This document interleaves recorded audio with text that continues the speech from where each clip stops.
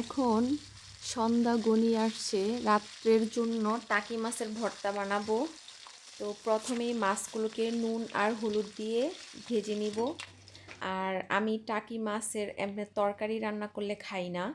আর মানে টাকি মাছ আমি খাই না মূলত, তবে এই ভর্তাটাই শুধু বানালে আমি টাকি মাছটা খাই। তো আজকে ভর্তা করে নিচ্ছি। তো এই যে প্রথমে কিন্তু মাছগুলো ভেজে নিলাম, তারপরে হচ্ছে শুকনো মরিচ ভেজে নিয়েছি। এইভাবে কিন্তু শুকনো মরিচ দিয়ে টাকি মাছের ভর্তা মজা লাগে।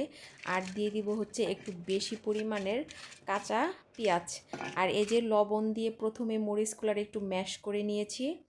আর দিয়ে দিলাম কতগুলো ধনিয়া পাতা। ধনিয়া পাতা ছাড়াও এই ভর্তা ভালো লাগবে না।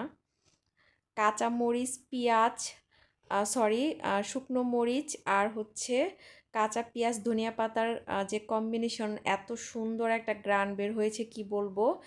আর মাছের তো কাঁটাগুলো একটু ফেলে দিলাম, যেহেতু মুচমুচে করে ভাজা হয়েছে, কাঁটা অনেকটাই ভাজা হয়ে গেছে, তো যতটুকু ফেলা যায় ফেলে দিয়েছি। আর হচ্ছে একটু বেশি পরিমাণের সরিষার তেল দিয়েছি, খাঁটি সরিষার তেল।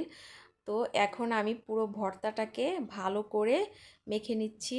এই যে হয়ে গেল টাকি মাছের ভর্তা। কে কে পছন্দ করেন টাকি মাছের ভর্তা এইভাবে? ভালো থাকবেন সবাই, আল্লাহ হাফেজ।